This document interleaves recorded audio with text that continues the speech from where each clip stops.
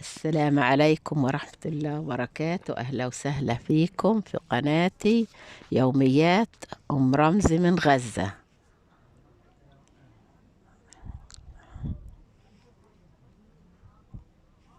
إن شاء الله يومكم مبارك بالصلاة على رسول الله يا حبايبي، عليه الصلاة والسلام. نبدأ روتيننا بسم الله ونصلي على رسول الله. أول إشي بدي إياه منكم تدعوا لغزة، ربنا يفرجها علينا على كل أهل غزة، لأن تعبنا خالص، تعبنا خالص خالص، يعني فوق ما تتخيلوا. الشباب والناس صارت في غزة تمشي في الشوارع تكلم بعضها. الشباب حافية بدون أحذية، والله العظيم الرجال في الشوارع بيمشوا بدون، الله يكرمكم، شباشب. والأطفال برضو زي هيك، والنساء زي هيك، أو فردة غير فردة شكل وفردة شكل. والرجال الراجل شو ايش يعني بتسوى لما الراجل صحنه في ايده او طنجرته وبيجري بدور تكية عشان يجيب لأهل بيته أكل. وضع صعب، وضع صعب. فيش طحين، خبوا الطحين، خبوا السكر، خبوا الزيت. الخضرة غالية، كيلو السلق اللي كان بشيكل ب10 شيكل و12 شيكل. كيلو البندورة ب40 شيكل. الناس معدتها، يعني ايش بدي اقول، فش هو علب هالبازيلا، علب هالفاصوليا، غير هيك فش اشي. ادعوا لنا ربنا يفرجها علينا ان شاء الله، وربنا يزيح الغمة في اقرب وقت عن غزة، عن اهل غزة. وحط لحجتكم ام رمزي لايك واشتركوا معاها في القناة، وبارك الله فيكم، وربنا يكرمكم إن شاء الله. زي ما بتفرحوا زي ما بتفرحوني، ربنا يفرحكم بكل حاجة تتمنوها. روتيننا إن شاء الله كالعادة، أول إشي بنروق خيمتنا وبنكنسها. هي أم فؤاد الله يكرمها ويبارك فيها بتكنس في الخيمة.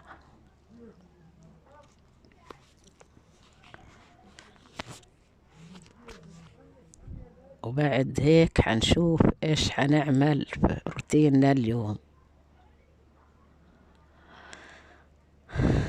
صلوا لنا على رسول الله عليه الصلاة والسلام. هينا روقنا وكنسنا، وهي ام فؤاد بتقولكوا حطوا لحجتكم رمزي لايك. وبعد هيك بدها تجلي الجلي. بالله عليكم يا حبايبي، كل اللي بشاهدني يحط لي لايك وإله ألف ألف شكر. وبالنسبة للي متابعيني بدي أعرف يكتبولي في الكومنتات هم من أنهي بلد، عشان أعرف حبايب اللي بحبوني من وين.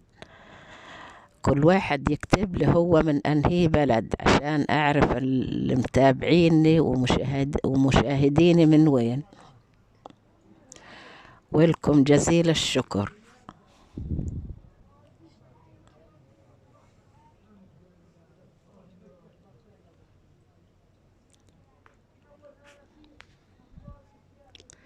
وبالنسبة للتعليقات، أنا بقدرش أرد على كل تعليقاتكم، عشان احنا فيش عندنا في الخيمة طبعا نت. بنروح على مكان بعيد لما ننشر لكم الفيديو. في الخيمة فيش موجود عندنا نت، إلا نروح مكان بعيد عن خيمتنا عشان نقدر ننشر الفيديو. عشان هيك الوقت بكون محدود، بقدرش أرد على كل تعليقاتكم. إن شاء الله ربنا يفرجها ونرجع لبيوتنا، وأرد على كل واحد فيكم إن شاء الله. وهي أم فؤاد بتطبق في أواعي فؤاد في خزانته، في الكرتونة هذا اللي عملناها له خزانة، بنطبق للأستاذ فؤاد في كرتونته في أواعيه.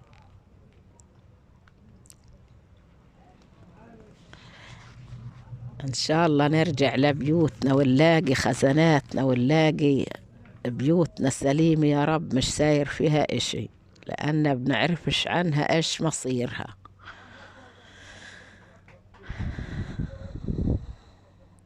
بالله عليكم ما تنسوا اللايك والاشتراك في الفيديو، لأن اللايك هو اللي بيرفع القناة يا حبايبي. اللي بيشاهد الروتين يحط لي لايك.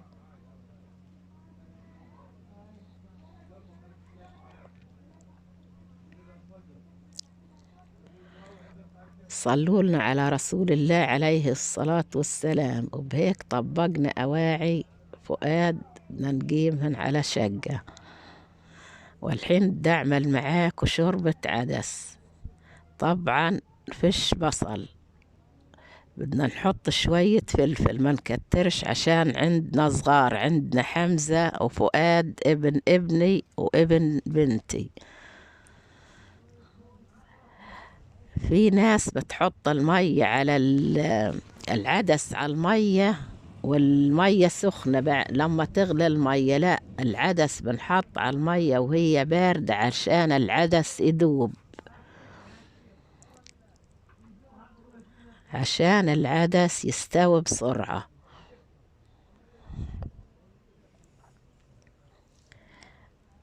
تنسوش اللايك والاشتراك في القناة بالله عليكم.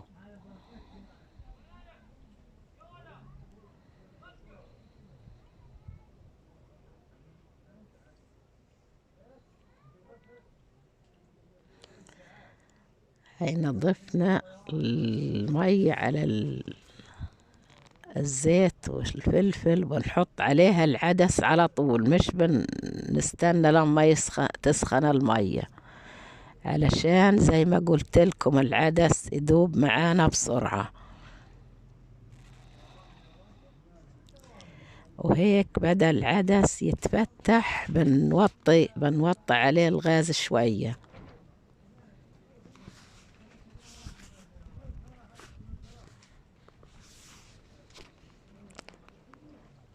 هاي عدسنا قرب يستوي، ضفنا له شوية ملح وشوية كمون وفلفل أسمر وخلاص. العدس بدوش توابل كتير عشان ما يتغيرش طعمه. وهيك كنت عجنة العجين وقطعته عشان نخبز معاكم خبز الصاج. وبعت بنتي أم حمزة اشترت هدول الفجلتين والليمونتين وأربع قرون فلفل ب15 شيكل. قبل الحرب كنا نجيب بال15 شيكل باكيت أزرق كبير مليان خضرة، باكيت أزرق. كانت كيلة الفلفل ب2 شيكل، كيلة الليمون ب2 شيكل، ربطة الفجل بشيكل. الحين كل شي صار غالي ومش من شرى.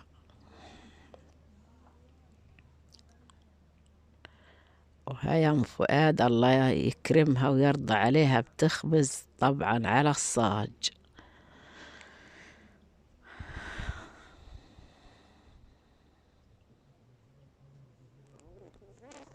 صلولنا على رسول الله وما تنسوش اللايك لو سمحتوا.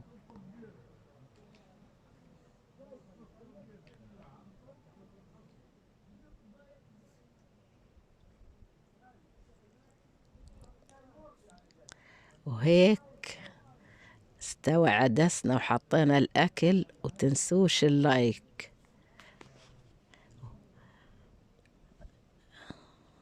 وإلى اللقاء في روتين آخر إن شاء الله.